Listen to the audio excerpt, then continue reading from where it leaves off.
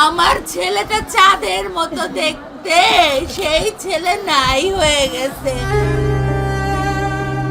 রাজবাড়ীর দৌলতদিয়া ফেরিঘাটে পদ্মা নদীতে যাত্রীবাহী বাস ডুবির মর্মান্তিক ঘটনায় উদ্ধারকৃত মৃতের সংখ্যা বেড়ে 23 থেকে 26 জনে দাঁড়িয়ে আছে। এখনো অনেকে নিখোঁজ। ঈদের ছুটি শেষে কর্মস্থলে ফেরা পরিবারগুলোর স্বপ্ন এক নিমিষে ভেসে গেছে গভীর পানিতে। বুধবার বিকেল 5:15টার দিকে কুষ্টিয়ার কুমারখালী থেকে ঢাকাগামী সৌহার্দ্য পরিবহনের একটি বাস দৌলতদিয়া 3 নম্বর ফেরিঘাটের পন্টুনে দাঁড়িয়েছিল। ফেরিতে ওঠার প্রস্তুতিতে থাকা বাসটিতে 50 থেকে 56 জন যাত্রী ছিলেন, যাদের অধিকাংশই নারী ও শিশু সহ পরিবারের সদস্য। হঠাৎ একটি ছোট ফেরি জোরে পন্টুনে আঘাত করলে বাসের চালক নিয়ন্ত্রণ হারিয়ে ফেলেন।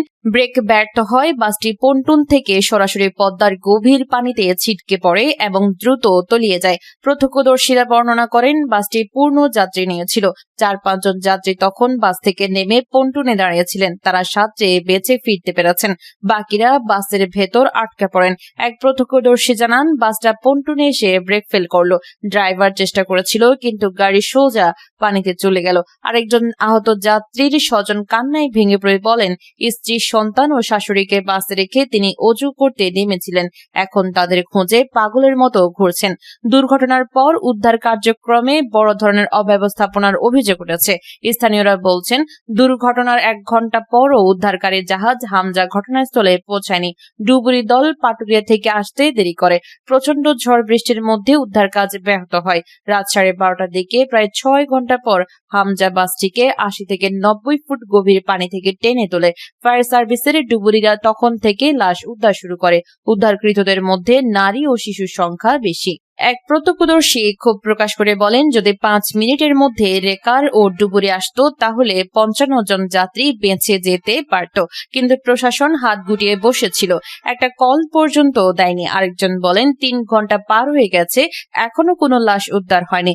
প্রশাসন শুধু মানুষ তাড়াচ্ছে, উদ্ধার কাজে মনোযোগ দিচ্ছে না। সড়ক পরিবহন ও সেতু মন্ত্রী শেখ রবিউল আলম ঘটনায় গভীর শোক প্রকাশ করেছেন এবং উদ্ধার অভিযান দ্রুত শুরু হয়েছে বলে দাবি করেছেন। তবে প্রত্যক্ষদর্শী ও স্থানীয়দের অভিযোগ, ঈদ যাত্রায় বারবার সবকিছু সুব্যবস্থায় আছে বলা সত্ত্বেও বাস্তবে অব্যবস্থাপনা চরমে। এর আগে ঈদে ভাড়া বৃদ্ধি, লঞ্চ, ট্রেন দুর্ঘটনা সহ একাধিক ঘটনায় একই ধরনের অভিযোগ উঠেছে। দুর্ঘটনার কারণ অনুসন্ধানে 2টি তদন্ত কমিটি গঠন করা হয়েছে। প্রাথমিকভাবে ফেরির ধাক্কা, চালকের নিয়ন্ত্রণ হারানো এবং পন্টনের নিরাপত্তা ব্যবস্থার ঘাটতিকে দায়ী করা হচ্ছে। বিআইডব্লিউটিসি ও ফায়ার সার্ভিসের একাধিক ইউনিট এখনো উদ্ধার অভিযান চালাচ্ছে। নিখোঁজদের স্বজনরা ঘাটে ভিড় করে আহাজারি করছেন। পদ্মার পাড় ভারী হয়ে উঠেছে কান্নায়। এই ঘটনা আবারও বাংলাদেশের নৌ ও সড়ক পরিবহন ব্যবস্থার নিরাপত্তা ও জরুরি উদ্ধার প্রস্তুতির চরম দুর্বলতা তুলে ধরেছে। ঈদের মতো উৎসবের সময় যাত্রীদের নিরাপদে গন্তব্যে পৌঁছানোর দায়িত্বে যারা আছেন তাদের জবাবদিহিতার প্রশ্ন এখন সামনে এসেছে। সরকার উচ্চ পর্যায়ে তদন্তের মাধ্যমে দায়ীদের চিহ্নিত করে কঠোর ব্যবস্থা নেবে, এটাই এখন জনগণের প্রত্যাশা। একটি পরিবারের সব সদস্য একসঙ্গে কর্মস্থলে ফিরছিলেন। ঈদের আনন্দ এখন শোকে পরিণত হয়েছে। পদ্মা নদী আবারও সাক্ষী হয়ে রইল আরেকটি অবহেলা ট্র্যাজেডির। উদ্ধার অভিযান অব্যাহত রয়েছে। নিহতদের পরিবারের প্রতি গভীর সমবেদনা। মধ্যপ্রাচ্যে যুদ্ধ পরিস্থিতির চরম অবনতির প্রেক্ষাপটে মার্কিন সামরিক ঘাঁটির নিকটবর্তী এলাকাগুলো থেকে বেসামরিক নাগরিকদের দ্রুত সরে যাওয়ার নির্দেশ দিয়েছে ইরানের রেভলিউশনারি গার্ড কোর IRGC। শুক্রবার এক কঠোর সতর্কবার্তায় সংস্থাটি জানায়, মার্কিন লক্ষ্যবস্তুগুলোতে যে কোনো সময় বড় ধরনের হামলা চালানো হতে পারে। ইরানের পক্ষ থেকে ঘোষণা করা হয়েছে যে কৌশলগতভাবে গুরুত্বপূর্ণ হরমুজ প্রণালী এখন কার্যত বন্ধ। IRGC জানিয়েছে, তারা শত্রু ভাবাপন্ন দেশগুলোর কোনো জাহাজকে এই জলপথ দিয়ে চলাচল করতে দেবে না। ইতোমধ্যে 3টি আন্তর্জাতিক কন্টেইনার জাহাজকে সতর্কবার্তা দিয়ে ফিরিয়ে দেওয়া হয়েছে বলে খবর পাওয়া গেছে। মার্কিন প্রেসিডেন্ট ডোনাল্ড ট্রাম্প তেহরানকে হরমুজ প্রণালী খুলে দেওয়ার জন্য আগামী 6 এপ্রিল পর্যন্ত সময় বেঁধে দিয়েছেন।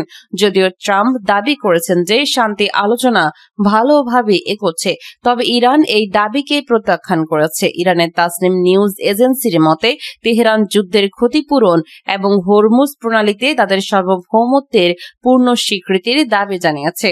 গত 24 ঘন্টায় কুয়েতের একটি বাণিজ্যিক বন্দরে ড্রোন হামলার খবর পাওয়া গেছে। অন্যদিকে ইসরায়েল লেবাননের বৈরুতে বিমান হামলা জোরদার করেছে এবং ইরান সমর্থিত হিজবুল্লাহ ইসরায়েলের উত্তরাঞ্চলে রকেট হামলা চালিয়েছে। ইসরায়েলের অভ্যন্তরেও সামরিক সক্ষমতা নিয়ে বিতর্ক শুরু হয়েছে।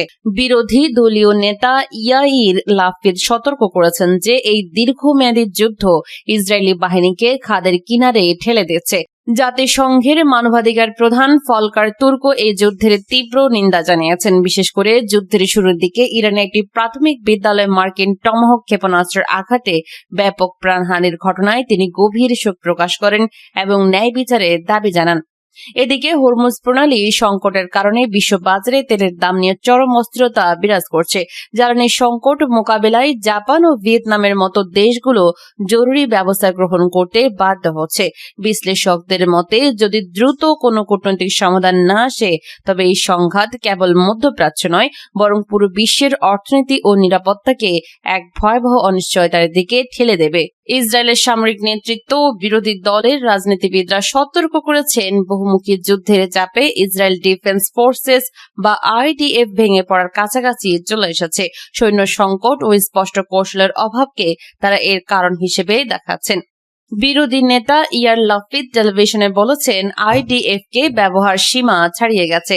সরকার আহত সেনাদের যুদ্ধক্ষেত্রে ফেলে রাখছে। একদিন আগে সেনা প্রধান লেফটেন্যান্ট জেনারেল এয়ার জামির নিরাপত্তা ক্যাবিনেটেও একই সতর্কতা দিয়েছেন বলে ইসরায়েলি গণমাধ্যম খবর এসেছে। লাপিদ বলেছেন সরকার কোনো কৌশল ছাড়া, প্রয়োজনীয় সরঞ্জাম ছাড়া এবং অপ্রতুল সংখ্যক সেনা নিয়ে সেনাবাহিনীকে বহুমুখী যুদ্ধে পাঠাচ্ছে। গণমাধ্যমে জামিরের বরাত দিয়ে জানানো হয়েছে তিনি নিরাপত্তা মন্ত্রিসভাকে বলেছেন ইসরায়েলি সেনাবাহিনীর ধ্বংসের দ্বার প্রান্তে। বৃহস্পতিবার টেলিভিশনে বিবৃতিতে সামরিক মুখপাত্র ব্রিগেডিয়ার জেনারেল এফি দেফরিন বললেন বিভিন্ন সীমান্তে আরো যুদ্ধ সৈনিক প্রয়োজন। বিশেষ করে লেবাননের প্রসঙ্গে তিনি বলেন লেবানন সীমান্তে আমরা যে সামনের প্রতিরক্ষা বলয় তৈরি করছি তাতে অতিরিক্ত আইডিএফ বাহিনী লাগবে। পশ্চিম তীর, গাজা ও সিরিয়াতেও চাহিদা বেড়েছে বলে জানান তিনি। লাপিদ জানিয়েছেন জামির মন্ত্রিসভাকে বলেছেন সংরক্ষিত সৈনিকরা পঞ্চম ও ষষ্ঠ দফা রোটেশনে কাজ করছেন। লাপিদ বললেন এই সংরক্ষিত সেনারা ক্লান্ত ও বিপর্যস্ত এবং আর আমাদের নিরাপত্তা চ্যালেঞ্জ মেটাতে পারছেন না। সেনাবাহিনীর কাছে তার মিশন পূরণের জন্য যথেষ্ট সৈনিক নেই। লাপিদ আল্ট্রা অর্থোডক্স হারেদি সম্প্রদায়কে সেনাবাহিনীতে নেওয়ার দাবি জানিয়েছেন। 1948 সালে ইসরায়েল প্রতিষ্ঠার পর থেকে তারা সামরিক সেবা থেকে অব্যাহতি পেয়ে আসছেন। লাপিদ বলেন সরকারকে কাপুরুষতা বন্ধ করতে হবে। হারেদি সম্প্রদায়ে যারা ড্রাফট ফাঁকি দেবে তাদের সব অর্থায়ন অবিলম্বে বন্ধ করতে হবে। সেনা পুলিশ পাঠিয়ে পলায়নকারীদের ধরতে হবে এবং দ্বিধা ছাড়াই হারেদিদের সেনায় নিতে হবে। উল্লেখ্য ইসরায়েলের সামরিক সেবা বাধ্যতামূলক, তবে প্রতিষ্ঠার সময় স্থাপিত একটি নিয়ম অনুযায়ী যারা পূর্ণকালীন ধর্মীয় গ্রন্থ পাঠে নিবেদিত তাদের কার্যত ছাড় দেওয়া হয়। সে সময় হারেদি সম্প্রদায় খুব ছোট ছিল। সৌদি আরবের প্রিন্স সুলতান বিমান ঘাঁটিতে ইরানের হামলায় 12 জন মার্কিন সেনা আহত হয়েছেন। তাদের মধ্যে 2 জনের অবস্থা গুরুতর। এক মার্কিন কর্মকর্তার বরাত দিয়ে এই তথ্য জানিয়েছে রয়টার্স। প্রতিবেদনে বলা হয়েছে 4 সপ্তাহ আগে ইরানের সঙ্গে শুরু হওয়া সংঘাতে এখন পর্যন্ত আহত মার্কিন সেনা সদস্যের সংখ্যা 300 ছাড়িয়েছে। শুক্রবার মার্কিন সামরিক বাহিনী জানিয়েছে আহত 300 সেনার মধ্যে 273 জন ইতোমধ্যে দায়িত্বে ফিরেছেন। এই সংঘাতে এখন পর্যন্ত 13 জন মার্কিন সেনা নিহত হয়েছেন বলেও প্রতিবেদনে উল্লেখ করা হয়েছে। প্রায় 4 সপ্তাহ আগে মধ্যপ্রাচ্যে নতুন করে উত্তেজনা ছড়িয়ে পড়ে। ইরানের ভেতরে সামরিক ও কৌশলগত স্থাপনা লক্ষ্য করে হামলা চালায় ইসরায়েল ও যুক্তরাষ্ট্র। জবাবে ইরান ও মধ্যপ্রাচ্যের বিভিন্ন দেশে থাকা মার্কিন সেনা ঘাঁটি লক্ষ্য করে পাল্টা হামলা চালায়। এরপর থেকে দুই পক্ষের মধ্যে পাল্টাপাল্টি হামলা চলছে।